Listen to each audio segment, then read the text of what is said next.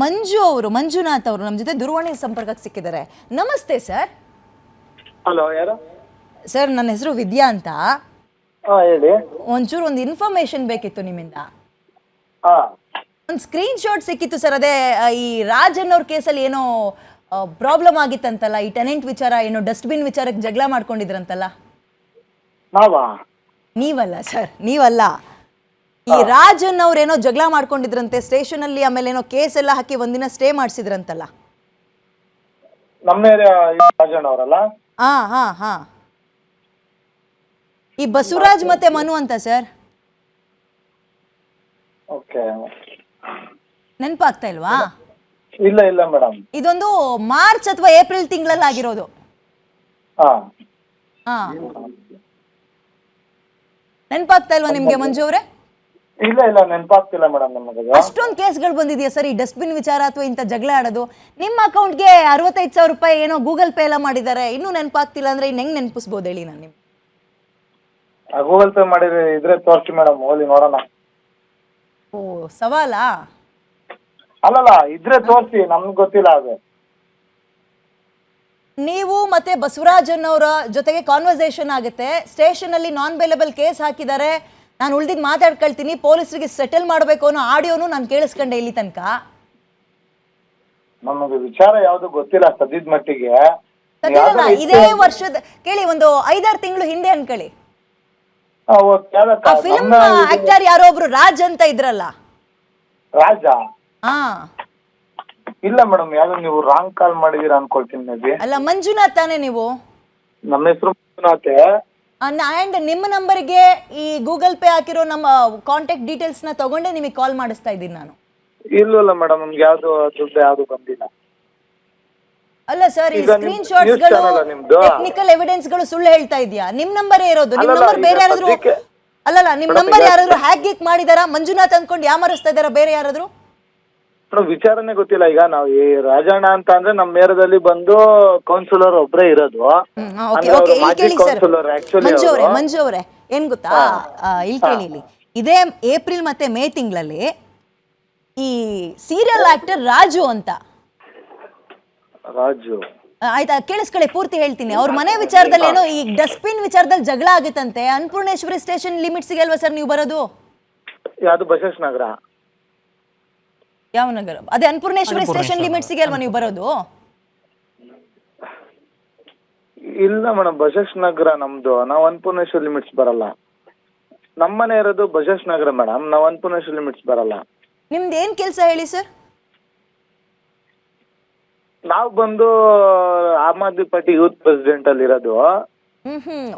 Political touch ಇದೆ ನಿಮ್ದು. ನಮ್ದು ಅನ್ನಪೂರ್ಣೇಶ್ವರಿ ಬರಲ್ಲ ಮೇಡಮ್, ನಮ್ದು ರಾಜಾಜಿನಗರ ಬರುತ್ತೆ. ನಮ್ದು ಸ್ಟೇಷನ್ ಲಿಮಿಟ್ಸ್ ಬಂದು ಬಸವೇಶ್ವರ ನಗರ ಬರ್ತದೆ. ಸೇಮ್ ನಂಬರ್, ಸೇಮ್ ಪರ್ಸನ್ ಗೆ ಕನೆಕ್ಟ್ ಆಗಿದೆ, ಬಟ್ ಸ್ಟಿಲ್ ನೀವು ಆ ಮಂಜು ಅಲ್ಲ ಅಂತೀರಿ. ಬೇರೆ ಮಂಜುನಾ? ಹಾಗಾದ್ರೆ ನಾವೇ ಕನ್ಫ್ಯೂಷನ್ ಆಗ್ಬಿಟ್ವಾ?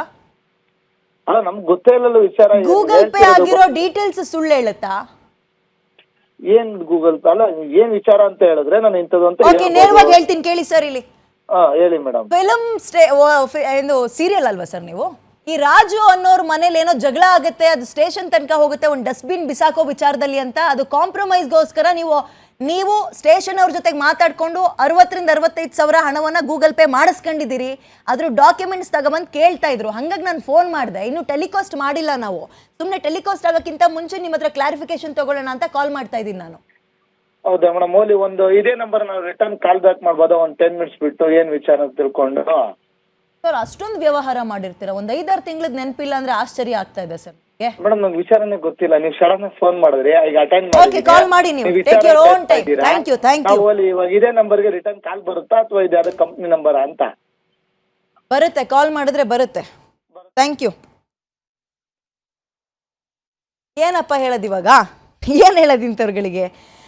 ನೋಡಿ ರಾಜು ಅವರೇ, ನೀವು ಬಂದು ನಮ್ಮ ಚಾನಲಲ್ಲಿ ಹಿಂಗೆ ಪ್ರಾಬ್ಲಮ್ ಆಯಿತು ಅಂದ ತಕ್ಷಣ ನೀವು ಹೇಳಿದ್ದನ್ನ ಕೇಳಬೇಕು ಅಂತಲೂ ನಾವಿಲ್ಲ. ನಾನು ಅದಕ್ಕೆ ಎಷ್ಟೊತ್ತು ನಿಮ್ಮ ಹತ್ರ ಕ್ರಾಸ್ ಕ್ವೆಶನ್ ಮಾಡ್ತಾ ಇದ್ದಿದ್ದು. ಬಟ್ ಆಶ್ಚರ್ಯ ಏನು ಅಂದರೆ, ನಮ್ಮ ಸ್ಟುಡಿಯೋಗೆ ಇತ್ತೀಚೆಗೆ ಇನ್ನೊಂದು ಫ್ಯಾಮಿಲಿ ಬಂದು ಕೂತ್ಕೊಳ್ಳುತ್ತೆ. ಒಬ್ಬ ಹೆಣ್ಣುಮಗಳು, ನನಗೆ ಗಂಡು ಮಕ್ಕಳು ಒಂದು ರೀತಿಯಲ್ಲಿ ತುಂಬ ಅಸಹ್ಯವಾಗಿ ನೋಡ್ಕೊಳ್ತಾರೆ, ಒಂದು ಕಂಪ್ಲೇಂಟ್ ತಗೊಳ್ಳಿ ಅಂತ ಹೇಳಿದ್ರೆ ಇದೇ ಅನ್ನಪೂರ್ಣೇಶ್ವರಿ ಸ್ಟೇಷನ್ನ ಪೊಲೀಸರು ಟೈಮ್ ಇಲ್ಲ ಅನ್ನೋ ರೀತಿಯಲ್ಲಿ ವರ್ತಿಸ್ತಾರಂತೆ, ಒಂದು FIR ಹಾಕಲ್ವಂತೆ. ಕಸದ ಬುಟ್ಟಿ ವಿಚಾರದಲ್ಲಿ ಅಕ್ಕಪಕ್ಕದ ಮನೆಯವ್ರು ಜಗಳ ಮಾಡ್ಕೊಂಡ್ರು, ನೀನು ಹೋಗೋ ಬಾರೋ ಅಂದರು ಈ ಹಂತದಲ್ಲಿರೋದಕ್ಕೆ ನೀವು ನಾನ್ ಬೇಲೆಬಲ್ ಸೆಕ್ಷನ್ಸ್ ಹಾಕಿ FIR ಮಾಡ್ತಾರಂತೆ. ನನಗೆ ಈ ಅನ್ನಪೂರ್ಣೇಶ್ವರಿ ಸ್ಟೇಷನ್ನ ಪೊಲೀಸರ ಒಂದು ಕೆಲಸದ ರೀತಿ ಗೊತ್ತಾಗ್ಲಿಲ್ಲ, ತುಂಬ ಆಶ್ಚರ್ಯ ಅನಿಸ್ತಾ ಇದೆ. ಡಸ್ಟ್ಬಿನ್ ವಿಚಾರಕ್ಕೆ FIR ಆಗ್ತೀರಿ, ಹೆಣ್ಮಗಳು ನನಗೆ ಪ್ರೊಟೆಕ್ಷನ್ ಕೊಡಿ ಅಂದರೆ ಅಂಥದ್ದೇನು ನಂಗೆ ಈ ವಿಡಿಯೋದಲ್ಲಿ ಕಾಣಿಸ್ಲಿಲ್ಲ ಹೋಗಮ್ಮ ಅಂತಿರಂತೆ. ನೀವು ಪಬ್ಲಿಕ್ಕಿಗೆ ಹೆದರ್ಸಕ್ಕೆ ಅಥವಾ ರೂಲ್ ಮಾಡೋಕ್ಕಿದ್ದೀರಾ, ಪಬ್ಲಿಕ್ಕಿಗೆ ಸರ್ವಿಸ್ ಕೊಡೋಕ್ಕಿದ್ದೀರಾ ಗೊತ್ತಾಗ್ತಾ ಇಲ್ಲ. ಆ್ಯಂಡ್ ಹೋಗಿ ಬಂದು ಈ ಅನ್ನಪೂರ್ಣೇಶ್ವರಿ ಸ್ಟೇಷನ್ನ ಪೊಲೀಸರುಗಳ ಮೇಲೆ ಯಾಕಿಂತ ಕಂಪ್ಲೇಂಟ್ಗಳು ಕೇಳಿಬರ್ತಾ ಇದೆ? ಯಾಕೆ ಕೇಳಿಬರ್ತಾ ಇದೆ? ಒಬ್ಬರಾದರೂ ಹಂಗಲ್ಲ ಹಿಂಗೆ ಅಂತ ಉತ್ತರನಾದರೂ ಕೊಡೋಕೆ ಮುಂದಾಗ್ತಾ ಇದ್ದೀರಾ? ಆ್ಯಂಡ್ ನೀವು ಅಲ್ಲಿ ರೌಡಿಸಮ್ ಮಾಡ್ತಾ ಇದ್ದೀರಾ, ಪ್ರೊಟೆಕ್ಟ್ ಮಾಡ್ತಾ ಇದ್ದೀರಾ ನಿಮ್ಮ ಏರಿಯಾದವ್ರಿಗೆ. ನಿಮ್ಮ ಸ್ಟೇಷನ್ ಒಳಗೆ ನಿಮ್ಮ ಭಾಷೆ ಹೆಂಗಿರುತ್ತೆ ಅಂತ ಅನ್ನಪೂರ್ಣೇಶ್ವರಿ ಸ್ಟೇಷನಲ್ಲ, ಎಲ್ಲ ಪೊಲೀಸ್ ಸ್ಟೇಷನ್ಗಳಲ್ಲೂ ನಾವು ನೋಡ್ಬೋದು. ಆಲ್ಮೋಸ್ಟ್ ಒಂದು ರೀತಿ ನೀವು ಹೇಳಿದ ತಕ್ಷಣ ಎಲ್ಲಿದ್ರೂ ಓಡ್ ಬಂದುಬಿಡ್ಬೇಕು, ಕೆಲಸ ಕಾರ್ಯ ಎಲ್ಲ ಬಿಟ್ಟು ಓಡ್ ಬಂದುಬಿಡ್ಬೇಕು ಅನ್ನೋ ರೀತಿಯಲ್ಲಿ ವರ್ತಿಸ್ತೀರಿ, ಅದೆಲ್ಲವೂ ಫೈನ್. ಒಬ್ಬ ಹೆಣ್ಣು ಮಗಳಿಗೆ ಪ್ರೊಟೆಕ್ಷನ್ ಕೊಡಿ ಅನ್ನೋ ವಿಚಾರದಲ್ಲಿ ನಿಮಗೆ FIR ಹಾಕೋಕ್ಕೆ ಟೈಮ್ ಇರಲ್ಲ, ನೆಗ್ಲಿಜೆನ್ಸಿ. ಒಂದು ಡಸ್ಟ್ಬಿನ್ ವಿಚಾರದಲ್ಲಿ ಕಿತ್ತಾಡ್ಕೊಳ್ತಾರೆ ಅನ್ನೋದಕ್ಕೆ ಲಂಚ 65,000 ರೂಪಾಯಿನ ಇಸ್ಕೊಂಡಿದ್ದೀರಿ ಅಂತ ಡಾಕ್ಯುಮೆಂಟ್ಸ್ ತೋರಿಸ್ತಾ ಇದ್ದಾರೆ. ಉತ್ತರ ಕೊಡೋಕೆ ನೀವು ಪೊಲೀಸರು ರಿಸೀವ್ ಮಾಡ್ಕೊಳ್ಳಲ್ಲ, ಫೋನ್ ಎತ್ತಲ್ಲ ನೀವು. ಇವರೊಬ್ರು ಯಾರೋ ಮೀಡಿಯೇಟರ್ ಅಂತೆ ಮಂಜುನಾಥ್, ಆ ಮನುಷ್ಯನಿಗೆ ಮಾರ್ಚಲ್ಲಿ ಆಗಿರೋದು ಇಂತಿಂಥ ಟೈಮಲ್ಲಿ ನಿಮಗೆ ಹಣ ಹಾಕಿದ್ದಾರೆ, ಪೊಲೀಸರಿಗೆ ಇಷ್ಟು ಕೊಟ್ಟಿದ್ದೀರಿ ಅಂತಲ್ಲ, ಆಡಿಯೋ ರೆಕಾರ್ಡ್ ಇದೆ ಅಂದರೆ ಹೌದಾ ಮೇಡಮ್ ನಮಗೆ ಗೊತ್ತೇ ಇಲ್ಲ ಮೇಡಮ್ ಅಂತಾರೆ. ಅಂದರೆ ಇನ್ನೆಷ್ಟು ವ್ಯವಹಾರವನ್ನು ನಡೆಸಿರ್ಬೋದು ನೀವು. ನಿಮಗೆ ಸಂಬಳನೇ ಬೇಡ ರೀ, ಸಾಕಲ್ಲ, ಇದು ಬೇಜಾನಾಗುತ್ತೆ, ಬೇಜಾನಾಗೋಯ್ತು. ಸಂಬಳ ಏನಕ್ಕೆ ನಿಮಗೆ? ರೂಲ್ ಮಾಡಬೇಡಿ, ಇರೋದು ನಮಗೆ ಸರ್ವಿಸ್ ಕೊಡೋಕ್ಕೆ. ಆ್ಯಂಡ್ ಈ ಕೇಸ್ನಲ್ಲಿ ಅಪ್ಡೇಟ್ ಏನಾಗುತ್ತೆ ಅಂತ ನಾನು ನಿಮ್ಮನ್ನು ಫಾಲೋ ಮಾಡ್ತೀವಿ ಸರ್. ಥ್ಯಾಂಕ್ ಯು ಇಷ್ಟೊತ್ತು ಕಾರ್ಯಕ್ರಮದಲ್ಲಿ ಇದ್ದಿದ್ದಕ್ಕೆ. ಅನ್ನಪೂರ್ಣೇಶ್ವರಿ ಸ್ಟೇಷನ್ ಪೊಲೀಸರ ಮೇಲೆ ಒಂದಲ್ಲ ಒಂದು ಆರೋಪಗಳು ಕೇಳಿ ಬರ್ತಲೇ ಇದೆ. ಕ್ಲಾರಿಟಿ ಕೊಡೋಕ್ಕೆ ಮಾತ್ರ ಅವರು ನಿದ್ರೆಗಣ್ಣಲ್ಲಿದ್ದಾರಾ ಏನಿದಾರೋ ಗೊತ್ತಿಲ್ಲ. ನೋಡೋಣ, ಎಚ್ಚರಿಸುವ ಪ್ರಯತ್ನವನ್ನು ನಾವು ಕೂಡ ಮಾಡ್ತೀವಿ ಗ್ಯಾರಂಟಿ ನ್ಯೂಸ್ ಕಡೆಯಿಂದ ಅಂತ ಹೇಳ್ತಾ, ನೋಡ್ತಾ ಇರಿ ಗ್ಯಾರಂಟಿ ನ್ಯೂಸ್, ದಿಕ್ಖಚಿತ ನ್ಯಾಯ ನಿಶ್ಚಿತ. Thank you.